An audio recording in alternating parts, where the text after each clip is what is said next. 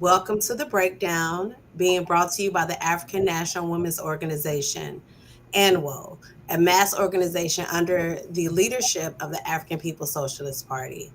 Sorry about the technical delays, but the breakdown is a monthly news analysis and opinion program, as well as a platform for highlighting guests whose issues spotlight the international plight of colonized women struggling under colonialism. My name is Coco Lewis. I will be one of your co-hosts for today's broadcast. I'm joined by our host Yejide Oramila, of the African president of the African National Women's Organization, AMWO, our producer Jay Amiche, and coming soon, Alikia Ingoma, who is the editor of the Burning Spear and also our Haitian expert.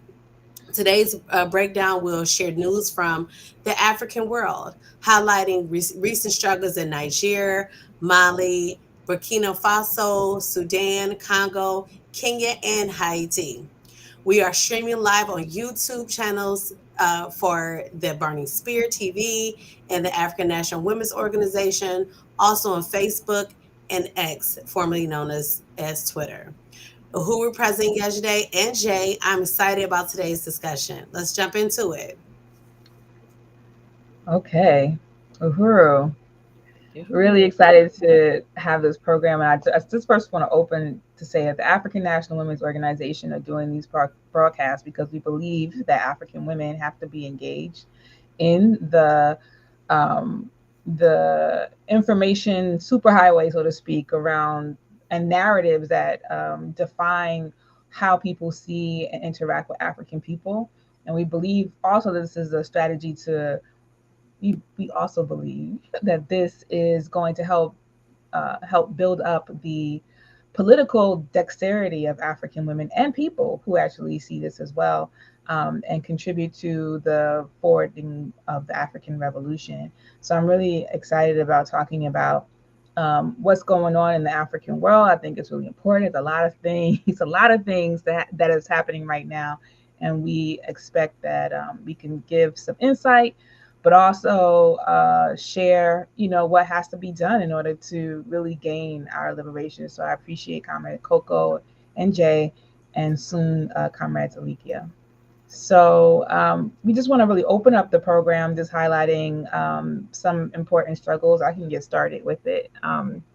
You've been seeing me, if you've been following us on social media, you've been seeing me talk about um, the genocide in Sudan, and more. I'll be talking more about also what's going on in the Congo, also another genocide.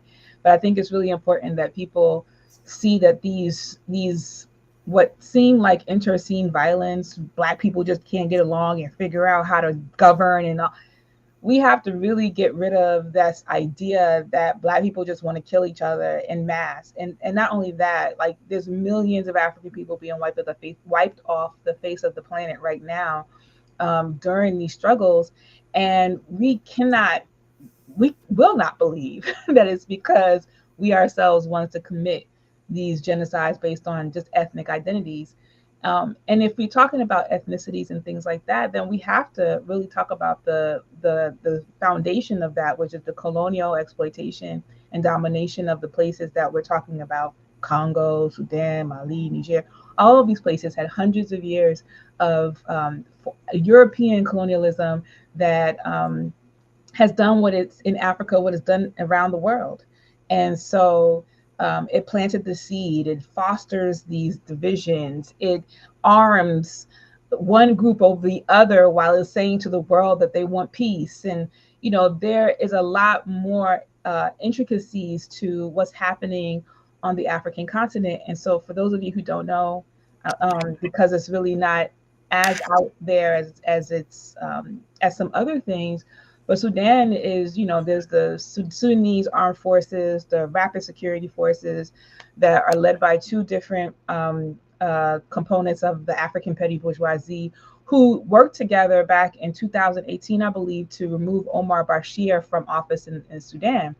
But they are struggling for power in the Sudan now, to be able to be the top ranking Negroes, to coordinate efforts with the U.S. and other imperialist forces that are working in the Sudan and in Africa at the moment.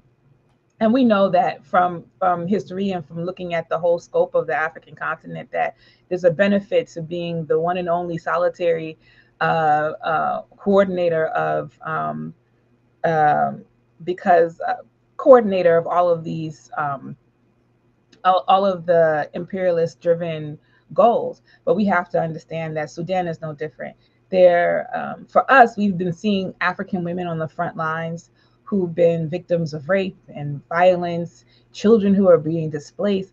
And I really cannot stand, I don't know about y'all, but I cannot stand seeing this victimization of African women all the time, like we are hopeless victims, that we don't organize and fight back. And they're definitely in examples of African women who are who are fighting back, who are organizing themselves. But what we see often is just this sad African women, and I think that it's because I know that it's because that the petty bourgeoisie and the and the imperialists are using that as the basis for saying, see, this is why we got to go there. But I don't know. What do you think? What do you all think? Yeah, I mean, I think that, like you said, the colonizers have a rich history of, dividing and conquering, and that has bled into the geopolitics of today. And I think that's also coupled with the constant dehumanization of Black people, which makes it seem like we're naturally prone, to violence, to war. Meanwhile, if you actually look at, like, they've plotted out, every conflict from the past 5,000 years. And in that map, when you see it plotted out, it's like, cluster bomb, on Europe, and then sparsely everywhere else. But the amount of conflicts that have happened on European soil, just it's a number that dwarfs any other number on any other continent, right, other than, I mean, the US is involved in a lot of conflict, but even on our own soil, like, there wasn't as much war. So if anyone's a warring people or a violent people, it would be the Europeans. But because of the dehumanization of Black people, you see that reversed and switched, and we're made to be out as these naturally violent people, when in fact it's a lot of times there was usually peace before the Europeans came in and divided people up and turned them against each other. Yeah, I think when we look at that, I mean, it's hard to see. It's hard to really gauge, like, when you see African people who are heads of state and things like that, and they're coordinating this violence and orchestrating Black people who are coordinating the violence. It's really hard to blame the white man because that's what you're confronted by. You're confronted by these Black people who are carrying the guns, who are killing, torturing, maiming other African people because they are vying for power. But we have to understand that, like there are also, we also have to understand these are instruments of the colonizer. These are instruments of U.S. imperialism. Just like the African who might kill you in the streets here is an instrument of the coordinated, calculated conditioning that has happened to African people over hundreds and hundreds of years of being dominated. And I think it's also important to say that in the Sudan, not only are there, millions of people who are not just in Sudan, but totally in Congo and Sudan, where there's high instances of violence, that there are millions of people who are being murdered. But also there's a more important thing that's happening, in that the land itself is being cleared out. There's a huge exodus from these places, Sudan being resource rich. And we already know Congo was the heart of Africa. When the Europeans were here looking at Africa, it was just like, Congo is the heart of Africa, and it continues to be the heart of Africa with all of the resources. And so there is a huge exodus from these places. People are not even concerned about making revolution or solving these problems when you are fighting for your lives and just trying to establish safety for yourself. And so when you're clearing out these huge plots of land, which is what this is, then you just clear the way for you to do anything that you want to do here. And that's just been the strategy over and over and over again. Uhuru, I just want to, step in here because we know from Penny Hess, the head of the African People's Solidarity movement, that in her book, Overturning cultural violence. Cultural violence that, where there's poverty is where there's going to be horizontal violence. So like this, Sudan started as a economic inflation, economic crisis. And so that's when you get people fighting over resources. We know from Chairman O'Malley that, again, poverty, we start fighting over resources, fighting over power. And that creates a breeding, and that is institutionalized and strategic in its own right.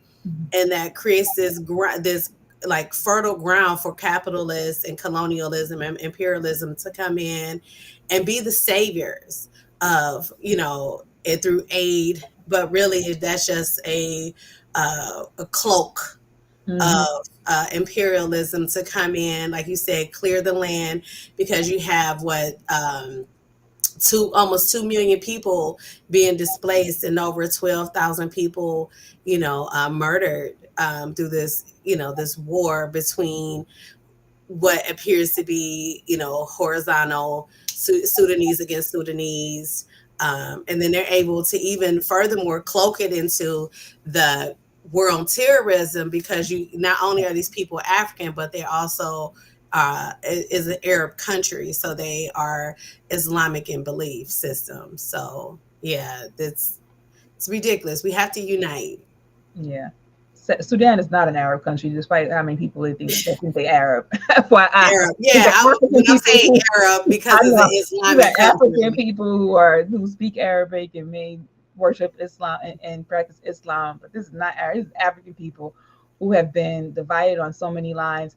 And I think we should look at like that identity thing too, because it's always identity politics that they put forward on the continent of Africa. It's either your ethnic group or your religion, or these are the things that are going to be antagonistic and cause people to fight.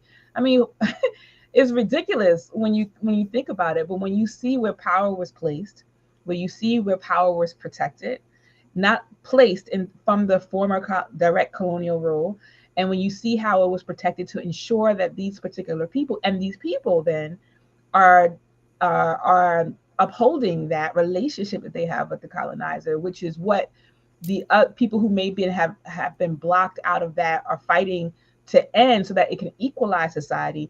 But instead of what you have as a narrative is just that there are people who are just the Hutus and Tutsis, even though that's not in Sudan, but like, whatever the groups are in Sudan, these are the Arabs, Muslims, and the Black Africans. I saw an article or a video where they were saying where they were showing that the rapid security forces were in part of South Sudan or on the cusp, when they were calling the blacks, the Sudanese in that part of the sector, niggers.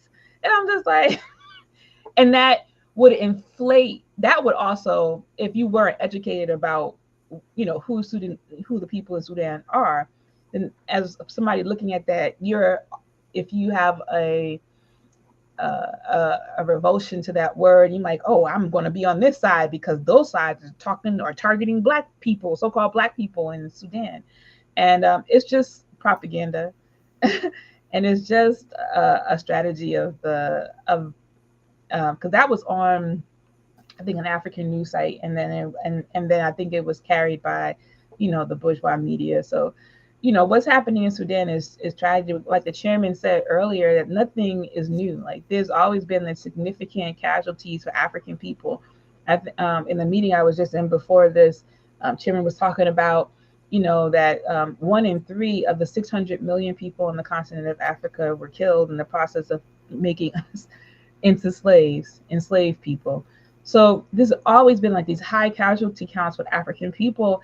And despite all of these high casualty counts, everything else becomes a genocide except for what's happening to African people. Everything else becomes prioritized in that way. But we can't be fooled by the same people who are genociding us, like the U.S. colonial rule, China, Russia, all of these places who don't even care about our lives, but only care about geopolitical positioning on the continent of Africa, because they're in contention with one another. China, Russia, and France, and all of the former direct colonial states are also only really interested in gaining political footing on the continent of Africa. It's a scramble. It's a scramble. Yeah.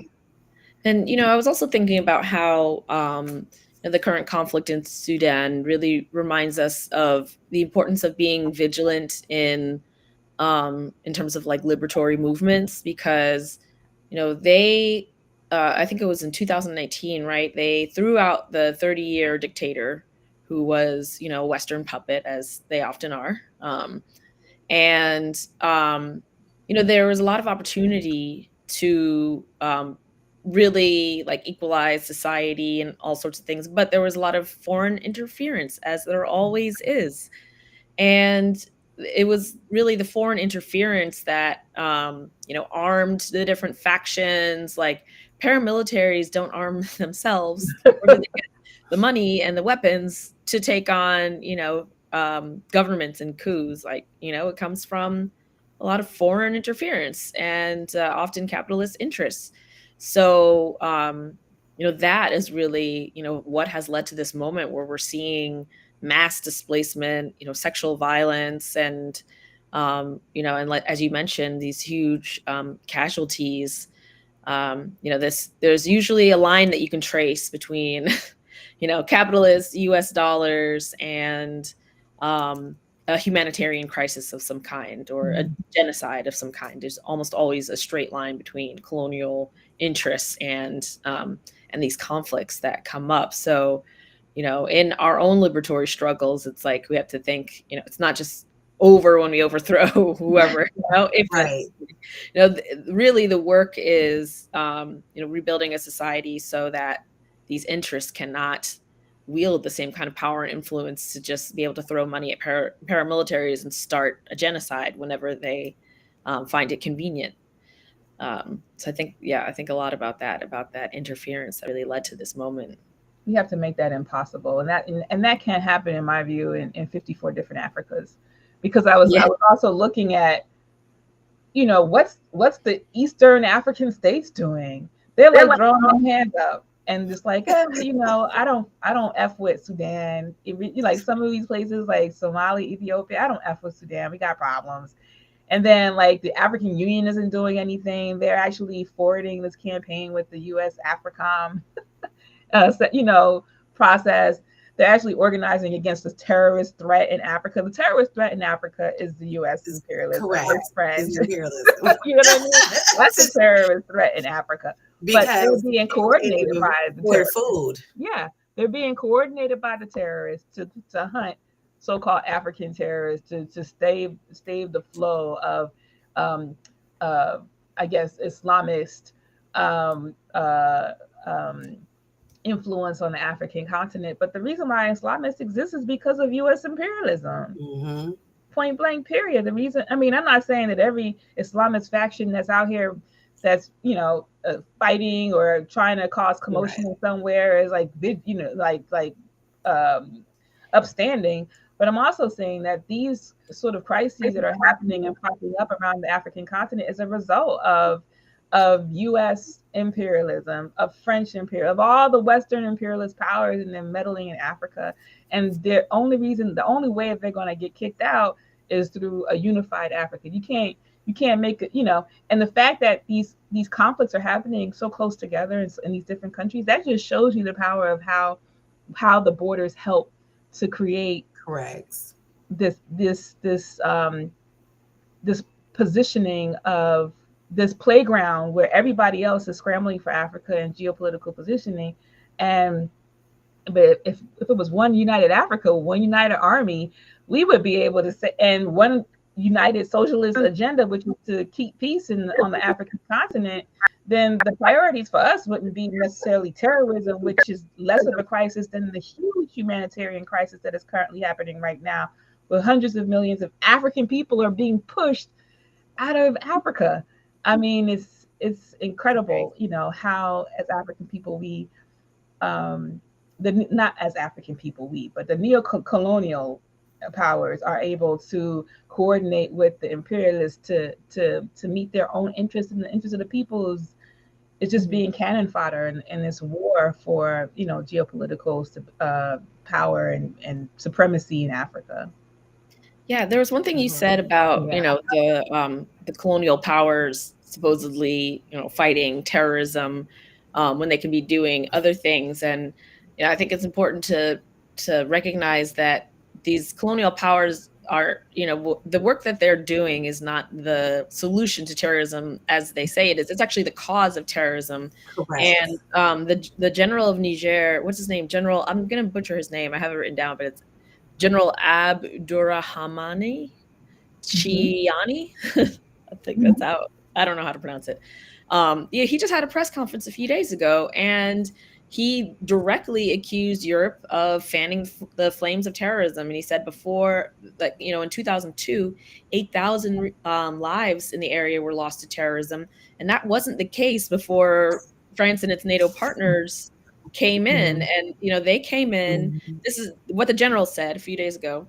And I agree. He said that they armed rebels in order to overthrow Gaddafi, as we all know, who advocated for unified Africa, as you said, and that act turned the whole country into a failed state. And then the rebels, all of a sudden, they're out of work, right? So they moved, they went to other places, and they're just wreaking death and destruction in their wake. And France is supposed to be doing all these anti-terrorism operations, but they're actually aiding and abetting the insurgents.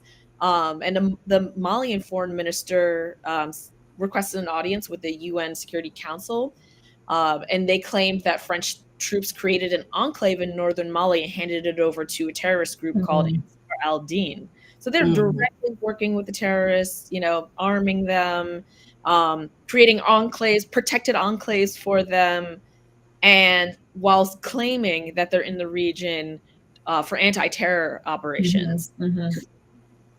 Yeah, I think it's important too to understand, like there's no gun factory. I mean, as far as I know, there's no gun factories in Africa.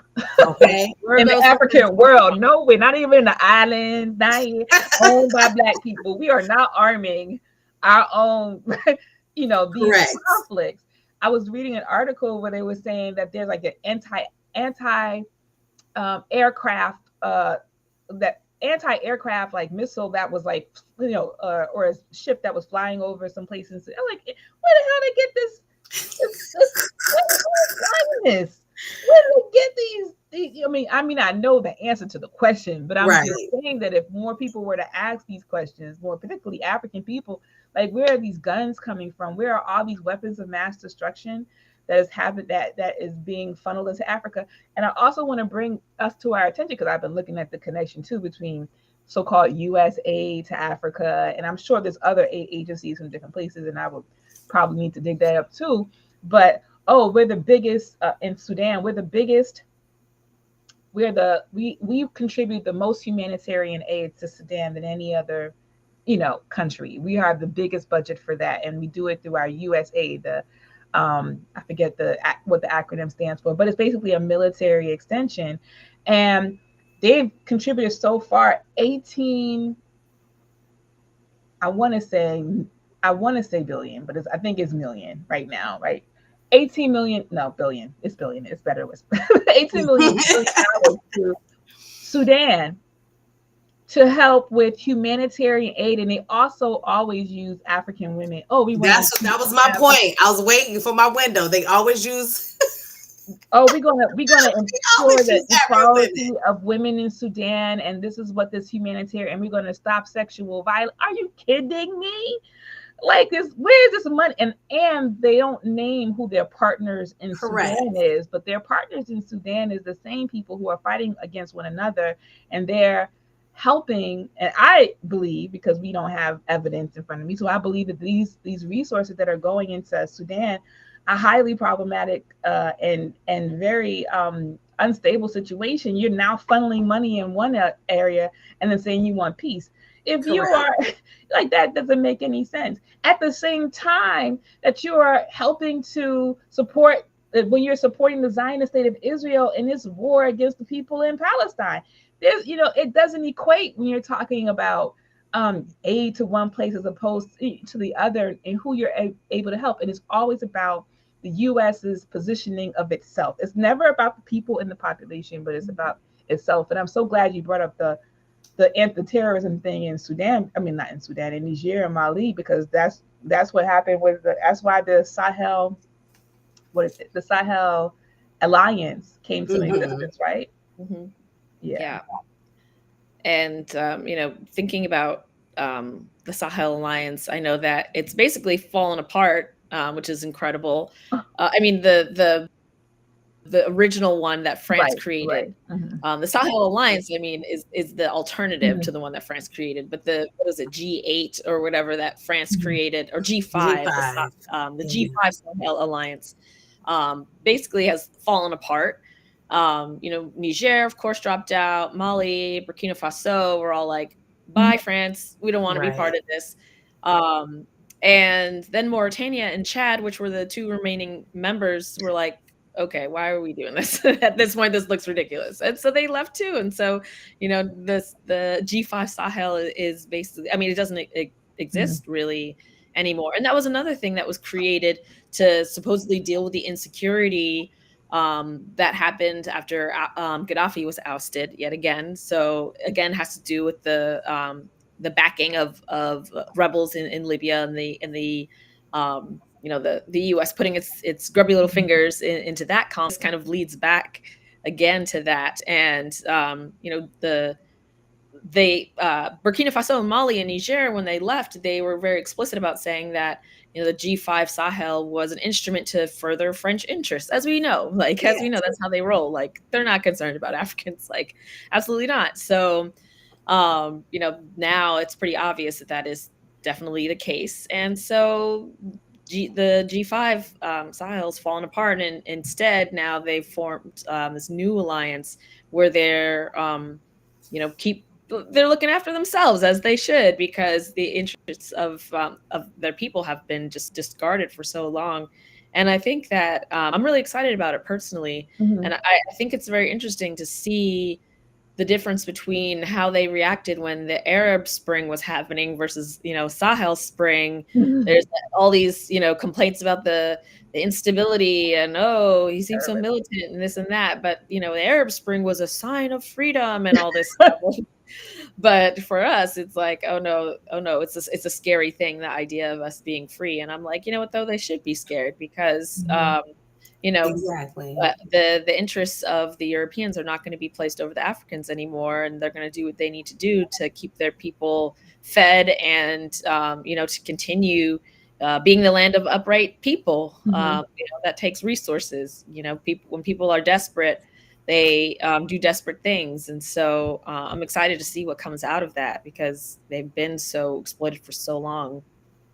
I'm also excited because I was you shared a webinar the other day, and I was and it was around and one of the administrators of the government, I think in some capacity, I think it was like the investment portion, was talking about like what Burkina Faso is doing to ensure its safety and encourage people to come and visit. And, like, we want people to come here. And I think that's important because the Sahel Alliance, the new ones formed by Burkina Faso, Niger, and Mali, is a defense alliance. It's like, if somebody attacks you, we consider that this is an attack against all of us.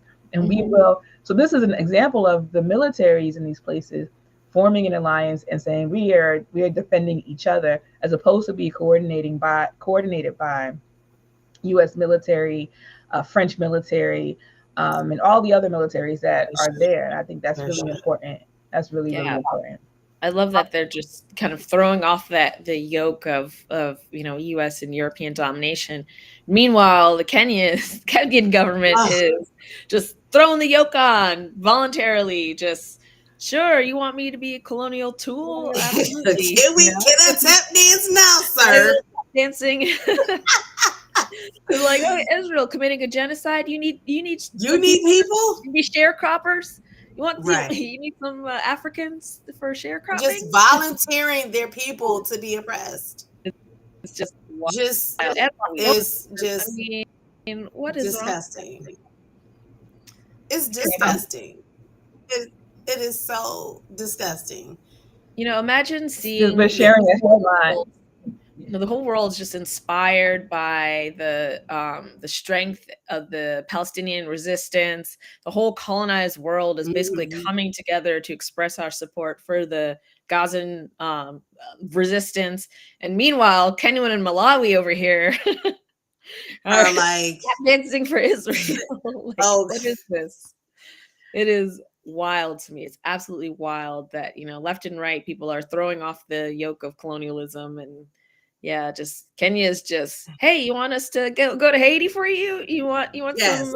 Africans to share a crop? Just it is absolutely bizarre. And they have, like, there's so many problems that the Kenyan government should be focused on within Kenya.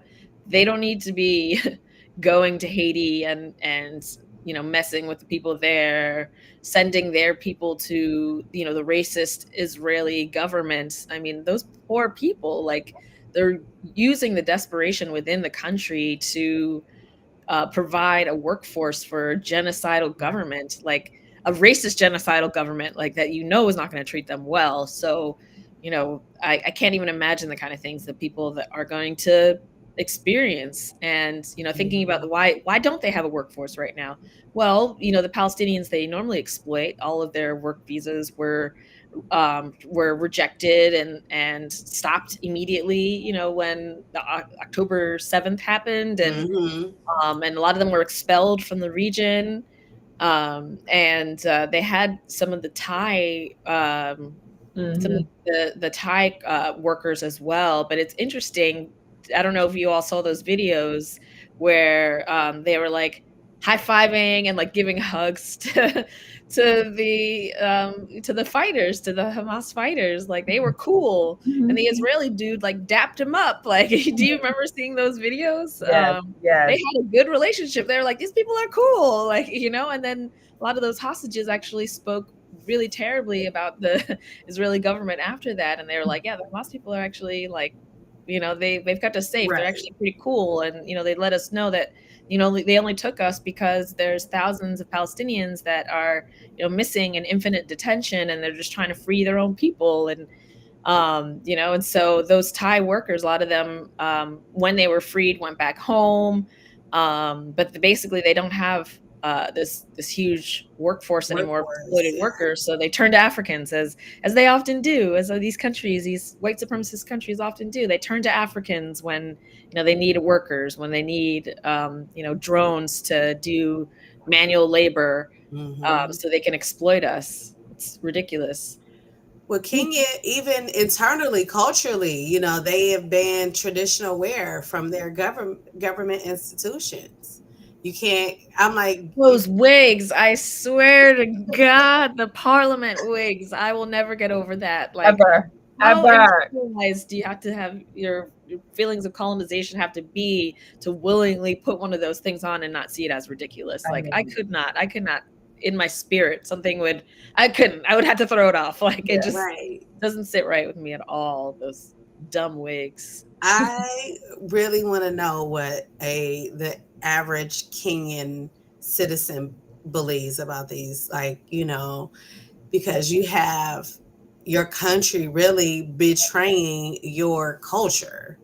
Well, Is we see it because the Kenyan people are demonstrating against Israel. They're doing boycotts. hmm They're supporting the Gazan struggle for liberation because, like, for so many people who have been oppressed by their own governments, this is an example of what you do when you resist, and it's powerful, and it encapsulates the spirits and the minds of so many people all over the planet. And for Kenyan's government, I mean, this is more motivation, I would think, for Kenyans who are seeking to overthrow their government, to be like, these jokers, these Uncle Ruckus, we the uncle, I keep saying we the Uncle Ruckus of right, Africa. That's what Kenya is, the Uncle Ruckus. If you don't know this term, Google it. Uncle Ruckus right. of Africa. Watch some Boondocks.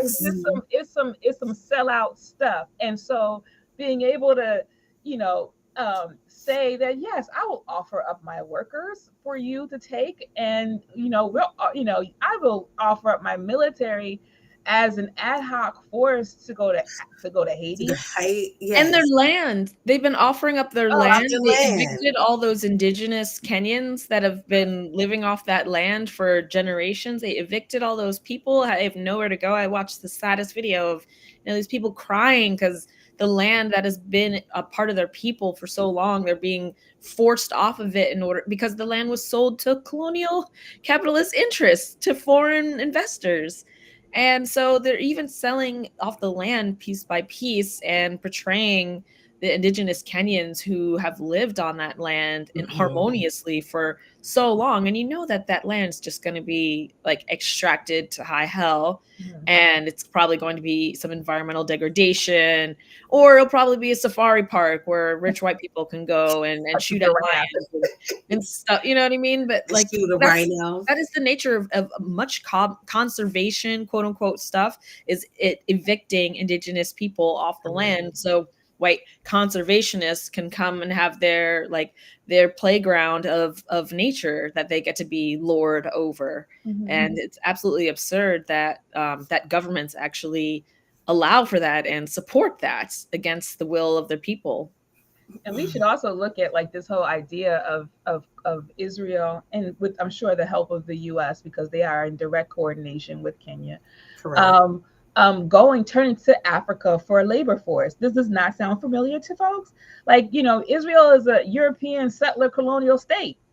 I mean, if they need somebody to work the land of the formerly exploited, people who are now fighting back, they need to go to Europe, where they came from, and go find some workers who's going to farm that land. But they can't. Correct. They can't. Because they always have a reserve in the places that they are working together to exploit. There's always going to be some desperate African, some desperate, other colonized force somewhere who's going to risk their life and limbs, to try to make resources for their family. I mean, this is the reason why we're here in the United States. Part of that is because they stole our foreparents, and now we're here. But also, a lot of Africans are coming to the U.S. because of the wars in Sudan, the wars in Congo, economic instability. Why would we leave Africa? I mean, Africa was the most hospitable place to live on the face of the planet. Europe was in crisis. They was experiencing the Black Plague. They was eating each other. And then Africans was up here. We didn't even have to develop weapons of mass destruction. We had the weapons of mass destruction that we had was a bow and an arrow, maybe some swords. You know what I'm saying? But white people became advanced. They have cannons, and because they were destroying one another. And African people were just like, we just trying to get some positioning somewhere or some other land. But the weapons of mass destruction. Africans are making like aqueducts and libraries and shit, you know what I mean? Like religious, beautiful religious architecture and, schools of learning. And that's what they were spending the excess resources of their society on, not, weapons of war and destruction. So we have to see what was taken from us, and that this is not, in my understanding, this is not intrinsic. What's happening in Africa in terms of like this interscene violence and the so-called terrorism, this is not intrinsic to African people. It was brought there by the colonizer. It was King Leopold of Belgium, who wiped out millions of African people, maimed millions of African people, and had Congo as his own protectorate and used Congo as his own plantation. And it was him that really laid the groundwork for this concept of genocide on the continent of Africa. And since then, they want to act like we don't know why Black people are killing each other, because you set the tone, people. And because you are always, it's like a scab that you won't allow to heal. You keep picking at it. And this is what all of these foreign interventions are doing. And I'm not saying just militarily too. It's the NGOs, it's the charities, it's the missionaries, all of these people who come from Europe, the humanitarians, the philanthropists, all of them working in Africa are a part of the strategy to undermine African self-determination. Yeah. Yep. And, I was thinking about like how, speaking of missionaries, there's an abundance of these religious figures that, have this shadow tax-free money from their church businesses, which is, billion-dollar booming industry, the church industry in the US, and especially the white evangelical political and capitalist machine, which go hand in hand. They control the politics to bolster their economic interests, and they it's tax free because they're clergy and stuff, and then they use a lot of that money to go into Africa and in places like Ghana and Uganda and other places, and advocate for things like death penalty and harsh punishments for LGBTQ people. And traditionally, Africa had many different notions of gender. There was no sort of like, obviously men and women, the understanding of men and women was everywhere. And they also, many places had third genders, had, different understandings of genders before colonization. And so this idea that like, Africa is naturally, homophobic, or that accepting of different of styles of gender is not African, or is some kind of like sort of imperialist ideology, is just not true, because there's literally like missionaries and evangelicals who are spending millions to help pass these horrendous laws that they can never get passed in the US because the people here would never allow it. But they go over there and use their millions of dollars to advocate for these things. And it's absolutely wild that they get to do all of this like tax free, like the government's gonna come after me for taxes, even though I don't make really any money. But the churches that make billions of dollars, like stealing from people and lying to people, they get to keep all of that without, any consequences. It's wild to me. It's absolutely wild. I was in my father's room the other day, and he was watching he watched Africa TV all the time. So I'd be walking in and I'd be like, I can't. It's all neo-colonialism. It's like, my skin crawls. I'm just like, oh. And he was watching something where it was I don't know exactly. It was some African head of state talking about some law in their country where they were going to target and criminalize homosexuality. And I was like, with all the things, correct. with all the things you should criminalize, that's the thing you're gonna criminalize? With all the things that we need to do to organize ourselves and our people and to create safety and peace and everything for our people, this the thing you focusing on, brother. And that's why you can't, like, you have to oust all of these neo-colonial leaders in Africa. Period. Like, there's no salvation. There is no turning these people who hold on to power for 50 years into advocates of Africa and allowing them to make decisions unilaterally around the who's going to vote on what election. I mean, it's really criminal. That's why you have to have the forward revolutionary progressive motion of the people who are going to put people in power, who's going to represent our interests. But in saying that, that's a dangerous thing to do. And that's why these governments, these imperialists are always in Africa working, navigating, undermining, funding, people who are for the interest of, U.S. imperialism or something else. They're always working. Like I've been following U.S. Africa relations, and since that U.S. Africa conference in the U.S. that led by President Biden and Kamala Harris, them folks, they've been whining and dining them African leaders, boy, talking about, we're going and throwing money everywhere in Africa. And some people who don't know what's happening in Africa might be saying, oh, this is great. The U.S. is finally helping us secure peace, and they're doing anything, and this written on their websites, is written in the documents. Anything that the U.S. does anywhere else in the world is for U.S. interest, period. It's never for the interest of the people or places that they're using those resources to maneuver. And when we look at, and it also strengthens, like, they don't want Africa to fall into communism. And that's part of the reason why they support a lot of these initiatives. They support not only these initiatives that are, anti-LGBTQ, anti-women, all that sort of thing, and they also support entire governments that are for example, like religious governments, you often see that because they see that as a tool against the more progressive parties. They think that by propping up, and this is exactly what they did with Hamas in Israel, where there was a Palestinian, more progressive Palestinian organizations and explicitly communist and socialist ones that were gaining in popularity and gaining in power. And so Israel gave resources to Hamas in order to be able to, defeat the leftist organizations because they were gaining too much popularity. And then when Hamas became the most powerful party, then suddenly now they're like, well, oh no, these terrorists. But it's like, well, you were funding the terrorists the whole time. You set up a whole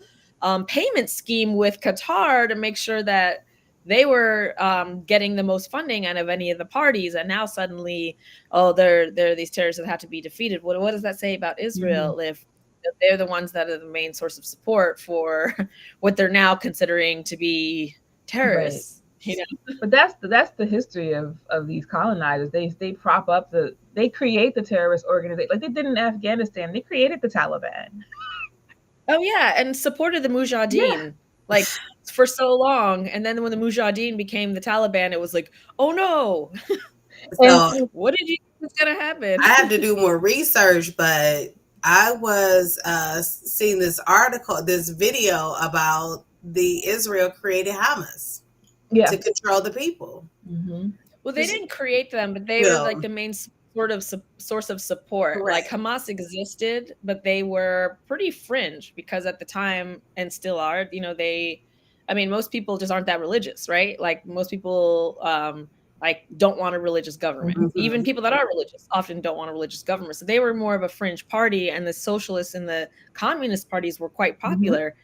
And because of that, Israel funded at the beginning of Hamas, really funded and supported and put a lot of resources into making sure that Hamas became the dominant party. Correct. And now that they're the dominant party, it's suddenly, oh no, they're terrorists. But it's like, we're the one that made them what they are. So that's why. What does that say about Israel then? That's why when we have to be very careful when the U.S. uses, and the Western imperialism uses the term terrorism. It's such a broad term, and terrorism really just mean people who, in my view, who are anti, establishment, and it could be anti-U.S. It could be used to undermine your particular control over a particular area. And again, I don't know what all the nuances are, but terrorism is fostered and supported and allowed to happen because of the disorganization of these foreign actors in the continent of Africa. Yeah. The ANC were quote unquote terrorists until suddenly they weren't, and the Mau Mau were terrorists until suddenly they weren't, and the fighters in former Rhodesia were terrorists until suddenly they weren't. And so they've used these labels over and over and over again for people that are fighting for their own freedom and fighting for self-determination and resisting colonial violence in their areas. They always use that terminology. Mm-hmm. And I mean, especially since September 11th, it's been weaponized against specifically, African and also Northern African, Middle Eastern people as well, in order to control the people and make it seem that anything is acceptable. Like once you throw the terrorism label, then suddenly everything is nothing's off the table. You can do anything and everything to them because they're terrorists, and you can never negotiate with terrorists. You can any amount of violence is always justified because they're terrorists who hate us for our lifestyle or hate the way we are, not because of the geopolitical influence of our country over the entire world. Not that, never that. And never that, always because they hate our freedoms or whatever. They hate our freedom. They hate the fact that the U.S. is so free. Nobody, I'm like, I've been to the U.S. because no one I know feels free. Everyone feels actually quite enslaved a little bit, And I think that when we look at like Israel, we're talking about Africa, but we also talk about the U.S. influence on, because we're talking about the Middle East. We're really talking about Africa, to be quite honest, right? And so the influence that the imperial powers created the Middle East, and they've created the enemies of the Middle East. This is why it's so important for them to get ground in these places, and that's why Israel is so important. So people like chanting in the streets trying to figure out why is our U.S. representative not listening to us? And why after all these protests, U.S. President Biden is saying we're going to double down and send more money to Israel because because it's in their interest to keep Israel so that they can act as the police in that region. Yeah. Period. It's in the interest of the U.S. So whatever's in the interest of the U.S., despite the fact that it is not in the interest of people who are actually being maimed, harmed, obliterated, then that's what's going to happen. So we have to realize when we're talking about imperialism that there is no saving grace except for the ones that we create ourselves. And so that means we have to oust the neo-colonial rulers. That means that we have to build revolutionary organizations that are going to yeah, and thinking about a lot of this is not actually I agree with you, and also a lot of it is not in the interest of the US. Right. It's in the interest of specific war profiteers who are not beholden to any nationality that might live in the US or Europe, but really they're just, they're these world powers that can enact influence in multiple places and often have multiple nationalities, often have US and Israel or France and US nationalities. But it's in their specific interest because, as we've seen, the houselessness has skyrocketed. The amount of people that are struggling to keep their homes has skyrocketed. Food insecurity has skyrocketed. So, we can say that, these things are for the interest of the U.S. government or whatever, but it's really in the interest of these specific, war profiteers and like weapons manufacturers and other different types of. And it's not just weapons manufacturers. Do you know that the number one food ration in World War II was? Guess. You're never gonna guess. Rice. Powdered milk. Hershey's chocolate. You know how much I did hear chocolate makes off of war? I'm not even kidding. So it's things that you wouldn't even think that are war profiteers, but there are so many different industries that that have these contracts with these defense contracts that make their money off of conflict and violence, and it often comes at the expense of U.S. interests because our country, even for the politicians right now, we're full of contradictions and it's making the country really unstable. And a lot of these politicians are really scared of losing their seats, which who knows if they're going to or not. But I mean, luckily for them, our electoral system is pretty much rigged. So they, even despite most of the people hating all the options, these people still get elected. But who knows how long that's going to last, given how upset people are getting, and the contradictions are sharpening, and it's only a matter of time before this war profiteering and supporting of specific corporate interests over the will of the people will there's only a matter of time before we just stop accepting it and build something new while burning down the old, of course. But yeah, building something new is like everyone knows right now that things have to change. We cannot continue. Literally, the world is on fire. We cannot continue with business as usual, and everybody sees that. And so, like you said, it's really important that we create something. We have to do it. We have to be the ones to do it. It's not going to be like some future generation or the Gen Z or, you can't point at anyone else but yourself. It has to be us, or it's going to be no one. Yeah. And that's why it's so important that we have the African National Women's Organization, because this programming is just an example of what political education that we have to do and all of other types of things that we have to do in order to prepare ourselves to deal with these very strategic and very sometimes often confusing sort of world situations and how it impacts. And also, you think as African women whose faces and bodies are often commodified and used as the basis for imperialist intervention, we have to make sure that we don't allow that, and that the struggles that are happening be identified as imperialist based and rooted struggles, and that come at our expense. And so it's really important that when we build organization, that we have African women in mind, and that if there's an African man in this or a non-African woman who is in this chat, next time you need to invite your African woman friend to participate in this live too, and really joining into this discussion to really forward, this political analysis that, we got to get free. And it's not going to be negotiating with this charity. I saw like there's a lot of fundraisers for Sudan. There ain't no fundraiser for Gaza. I mean, I don't know. Like it seems like, I'm like, where is this fundraising money going to Sudan? You know what I mean? Like, and what is, like, is this going to fix the problem on the ground? I mean, I know it's going to help alleviate some of the contradictions, maybe, if depending on where the money comes from.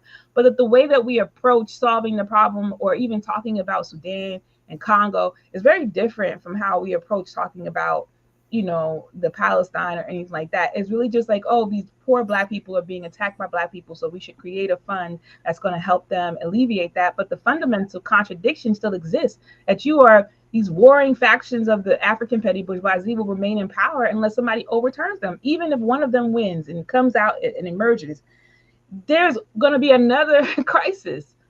There will be another crisis inevitably. And there's going to be more Black people who are killed.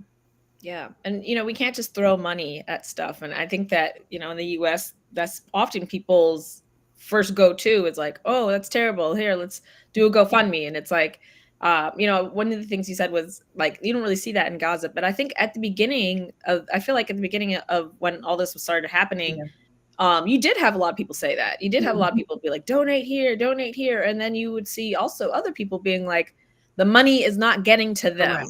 Like, stop donating money. It's not getting to them. There's a blockade. And, we've seen the videos now at this point of, people breaking into storehouses that are storing all this food while the people are starving. Mm-hmm. And so it's like the money is going into, or all the trucks on the border with all the food spoiling because, Israel won't let them in. So it's like, we've seen all of this. So we know that you can't just like throw money for Gaza, because the people are not going to get what they need out of it.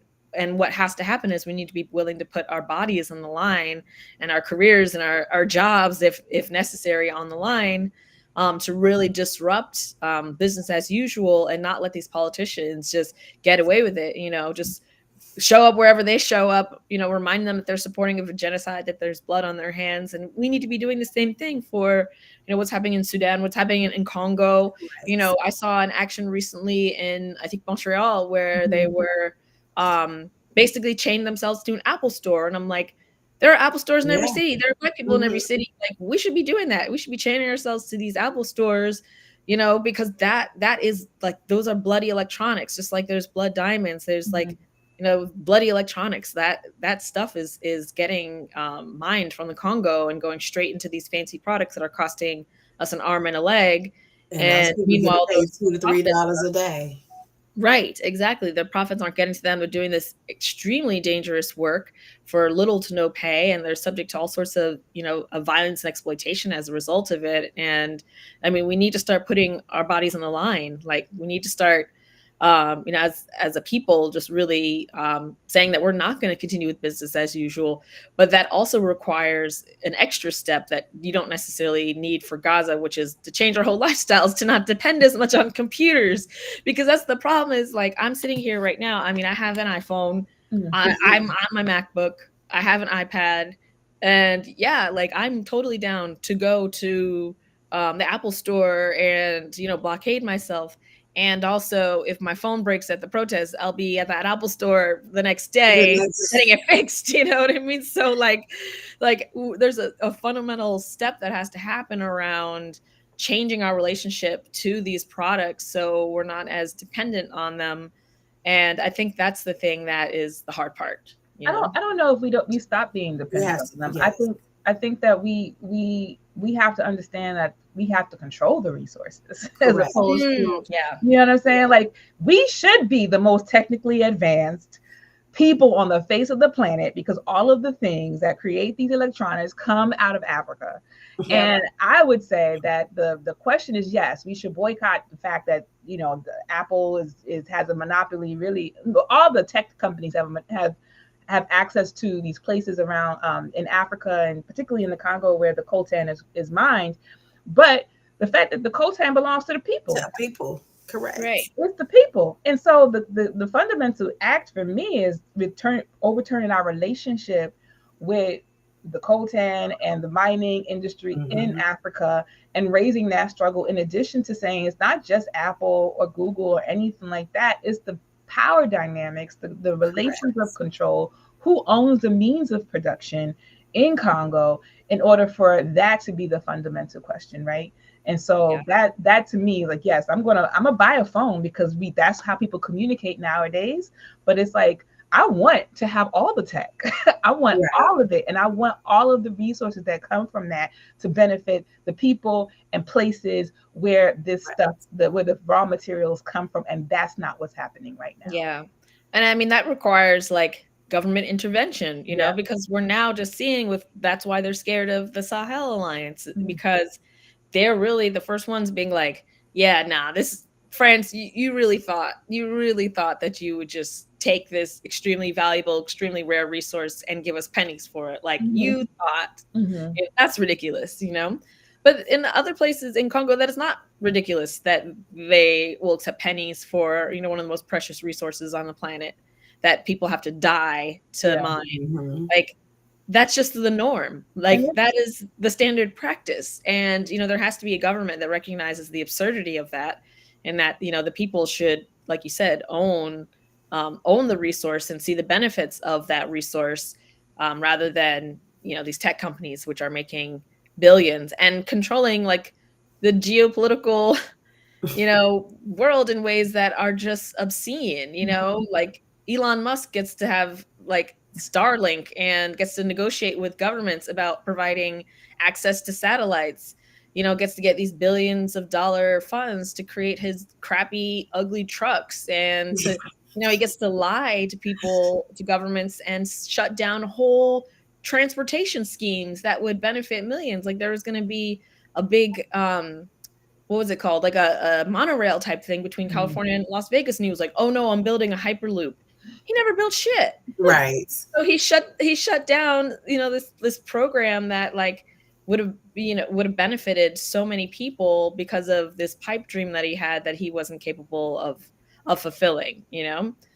And so, I mean, they have way too much power, and these governments are just like supporting that. It's wild. it Yeah, is and wild, but go ahead, go ahead. Carmen. No. Oh, I was going to bring it back to Nigeria because we were talking about controlling resources. Like with the general Nigeria wants to build a refinery. There's no gold refineries in Africa, but that's where the gold is. And so now he's coming, which I believe is an extremely revolutionary act, saying that you will no longer, you know, uh, give us 80 cents for something that you sell for $2,000 to $3,000. Mhm. And those, since we were refining here, the money would go back to the people. Mhm. But that's what nationalizing these resources. And so that's why when we talk about like the US and all these other influences, the US particularly gaining influence in Africa, is that they want to prevent the nationalization of resources. Right? Like, they want to be able to undermine, they want to be able to have these individual private negotiations with these Mm-hmm. neocolonial leaders to facilitate all the resources. And if they can't deal, if the leader don't do what they're going to do, they're going to oust them, kill them, orchestrate a coup, do something, because they want to have access to these resources. And so they want to prevent, in all these cases, the emergence of the African revolutionary masses, the nationalization, which I'm sure everybody will be like, yes, we need to nationalize and use all the resources to build a road, provide electricity, create, plumbing, Yeah. Right. infrastructure. I mean, these are basic. These are normal things that people need Right. and require.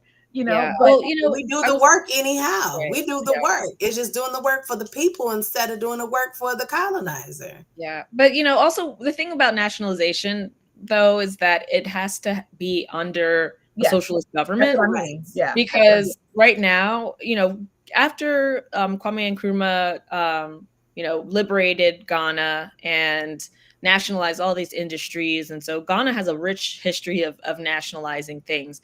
But when I was there, I was talking to some of the women cacao farmers, and they were telling me that yeah, cacao is nationalized. Like, they don't get to set the price. And I was Mhm. like, oh, in my head, I kind of assumed that was a good thing. And they were like, well, the Ghanaian government negotiates on behalf of the entire country with the chocolatiers, which with the Hershey's and the chocolate manufacturers, and they set these absurdly low prices, and so they have to constantly protest the government to say that the price of chocolate is too low. Please raise the price of chocolate so we can live.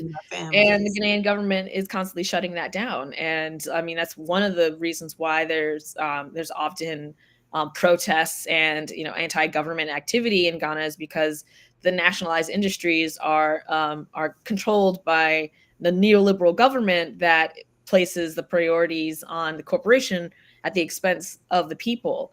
So, again, I was talking about how in Sudan, like the revolution turned into something nefarious because of these external foreign interests that would come in and manipulate things. And we see that again with socialist governments, even, they become neoliberal because of the US intervention. And it's just kind of a sad state what's happened from Kwame Nkrumah to Ghana now, where it's basically it's one of the ECOWAS puppets, and the nationalized industries there are just not serving the people the way that they should. They're serving neoliberal interests. I wrote an article about the Ghana stuff too, because the price is set by Europe, and the government the Ghanaian government negotiates based on that, and then they offer the people who are actually farming the cocoa, I can never say cocoa.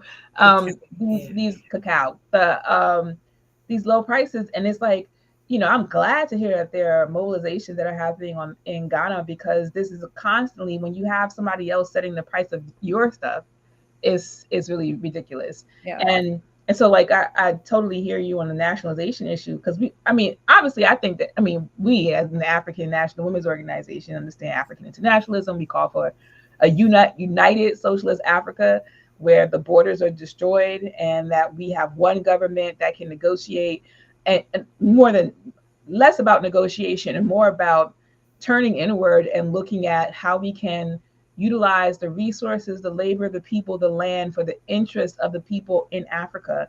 And so when we look at, under that sort of government, we want nationalization, because we understand it's going to improve the conditions of Black people, not just in Africa, everywhere.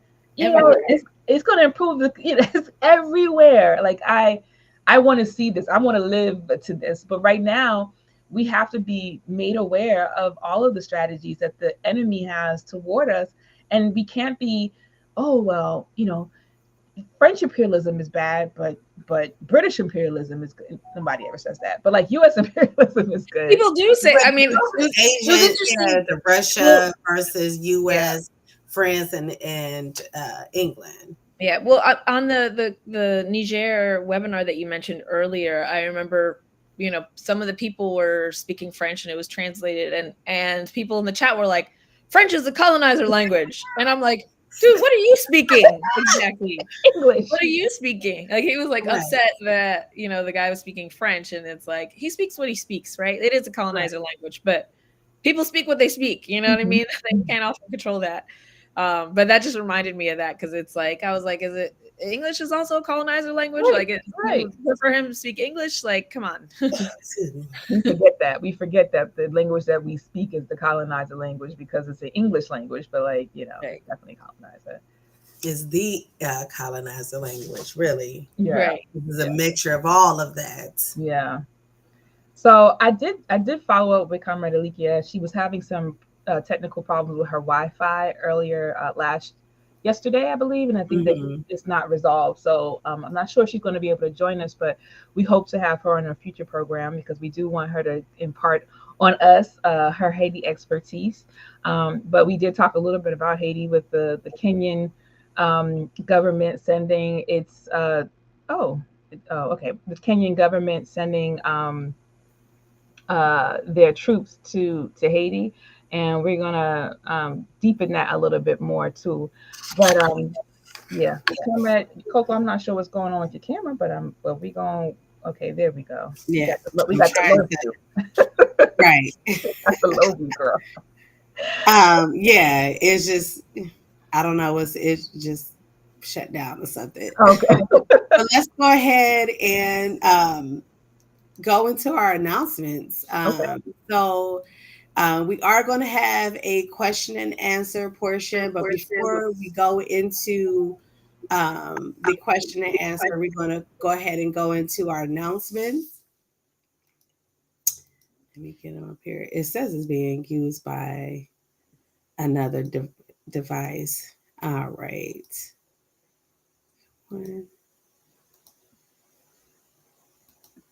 All right. So we call on African women worldwide to join the African National Women's Organization, the only anti-colonial, anti-imperialist revolutionary organization for Black women.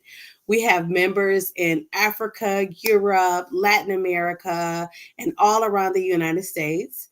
ANWO is leading on everyday issues concerning African women.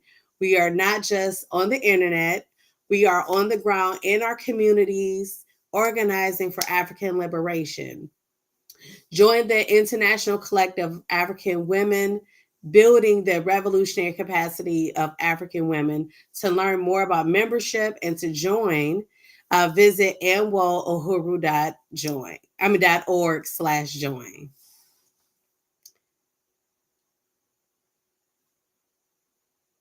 Right. Show your material solidarity with the work of the African National Women's Organization. We have big things planned for 2024, like beginning to work on our headquarters, organizing a flea market and farmers market to support the African economic development. We have events and travel plans. We are an organization of the African poor and working class. So we need your support to make these projects happen. If you can't become a member, consider becoming a sustaining donor with donation levels starting at just $5 a month, or renew your support today. We also set one-time donations of any amount. No amount is too little, too large, of course, not too large. So don't wait until this program ends. Start now. Donate now. You can donate at anwoohuru.org/donate, or cash up us at $ANWO-UHURU. That's ANWO Uhuru UHURU. All right. So yesterday has on her wear today. So wear your politics with ANWO. ANWO shop features t-shirts, sweatshirts, travel bags, mugs, hoodies, and even socks. Profits from the merch sales support the campaigns of ANWO, including hashtag ArrestCPS and Uhuru Kijiji Child Care Collective. Become a decolonizer and support ANWO's economic development project, Decolonize Hair and Body. Decolonize Hair and Body is a natural personal care has our natural personal care products that highlight indigenous and traditional care practices used by indigenous people all around the world.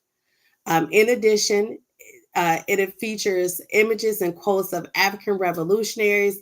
And listen, these are good products. From our butters to our conditioners to oils.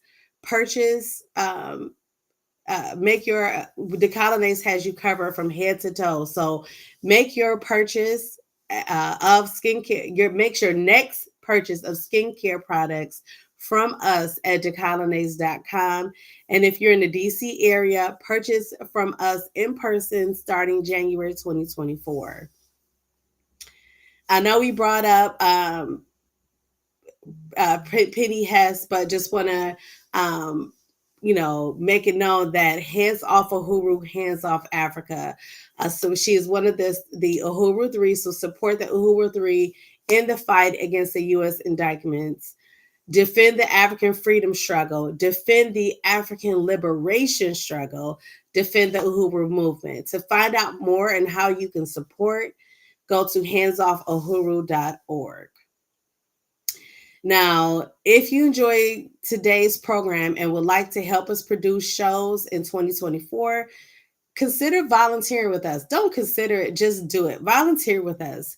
And was looking for producers, interpreters. So if you French language or any indigenous languages. We also need chat moderators for our future broadcast and for our convention. Email us at info@annualuhuru.org if you'd like to share your skills.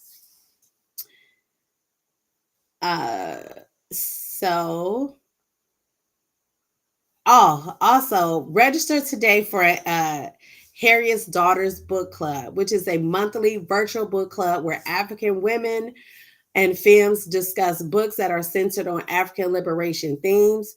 Whether you read or not, come join us for a great discussion as on January 14, 2024, we'll be discussing Assata, an autobiography that is one of the leading women revolutionaries. Get ready to take a stand. ANWO calls on African women and our supporters worldwide to attend our annual Black Women's Convention. The 2024 theme is taking a stand against imperialism, colonialism, and neocolonialism. African women from every city, town, province, country, island, and village must attend this convention. Discounted early registration is available now up until December 30th. The convention will be a hybrid one online and in person in St. Louis, Missouri. To find more and to register, go to convention.annualuhuru.org. Don't wait, register now. Uhuru. Let me bring back up my fellow hosts here. And remember, if you are asking a question, enter your name, share your name and location, and then your question. Uhuru. I didn't see any questions being asked. I saw some comments and some folks who were expressing their unity, and we appreciate that.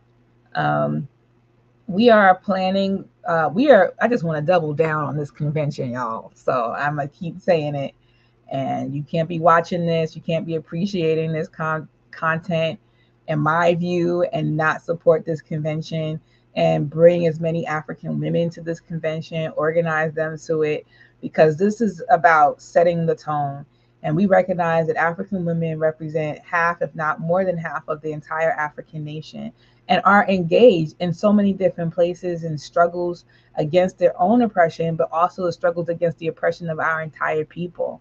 And so it's really important that we bring all of these forces together through the African National Women's Organization, Black women taking a stand against imperialism, colonialism and neocolonialism, and really start to strategize, because we hope to launch an international campaign, have organizations join us, and we align ourselves on particular struggles that impact the lives of African people because of the colonial mode of production. So I'm just going to say this to you. We want African women there. We want our supporters there. We want anybody who believes in the freedom and liberation of African people, in particular, the ending of the special oppression of African women.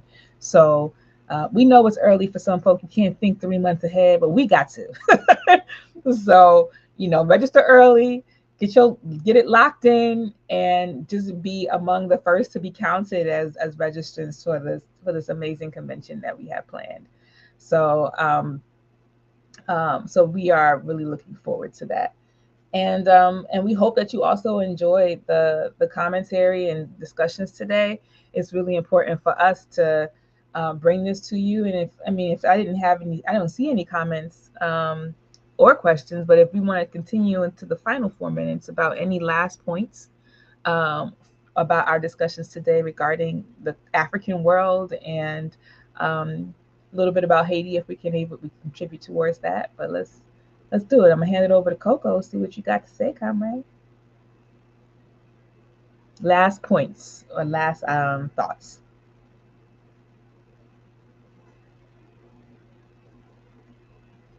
Can Coco hear us? Coco, last thoughts. My last thoughts is everyone should be. My last thoughts are every African woman, femme supporter needs to be at the convention. But additionally, we should all be African internationalists. All of this we know that is a big assault going on, but it's we look at it very this place versus this place when really is an assault on Africa, and we all need to come together and develop one, as you said, one government, one people, one military to overturn this imperialism and colonialism. Uhuru. Jay. Well, I just want to highlight something you said earlier about how we need to be the ones that who we are waiting for, and we are the protagonists in the decolonial struggle. And every generation, Frantz Fanon had a quote that every generation, I think it was him, had a quote that was like, every generation has its mission that they have to fulfill it. And this is our mission, is decolonial struggle, and every generation of Black people that have been colonized, our mission is going to be decolonial struggle. And so if you're going to be the protagonist in this story of liberation and in the protagonist in your own life, you have to join an organization. You can't do anything alone. You have to do it as a mass, as a group, and there has to be structure. And so people have this in their head that the perfect moment's going to come up and they're going to be step into that revolutionary moment, and that's not how it is. We need to build towards something. So I just encourage everyone to continue showing up to these lives, to come to the convention, and to really stay engaged, because as you said, like, we need to be building our own things and doing our own things, because what's going to happen is what we force to happen and not what they're going to let happen. Mm-hmm. And my final thought is revolution.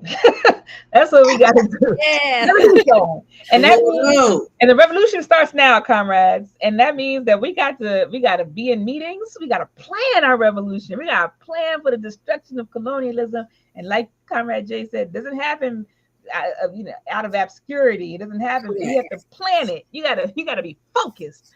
And all of this is the process of planning the revolution, planning to take control of our own lives, our own resources, and being prepared to govern ourselves. Correct. And that's what is going to take all of the things that we mentioned today, horrible, but also inspirational in some ways, that we've seen, that the way that we support that is by organizing ourselves and having more conversations like this, but also committing ourselves to action to overturn a relation of oppression that we currently experience. So I want to thank everybody for tuning in, and we hope that you can register for our convention, support us in other different ways, and we'll see you next time in the new year, comrades. Uhuru. Uhuru. Uhuru.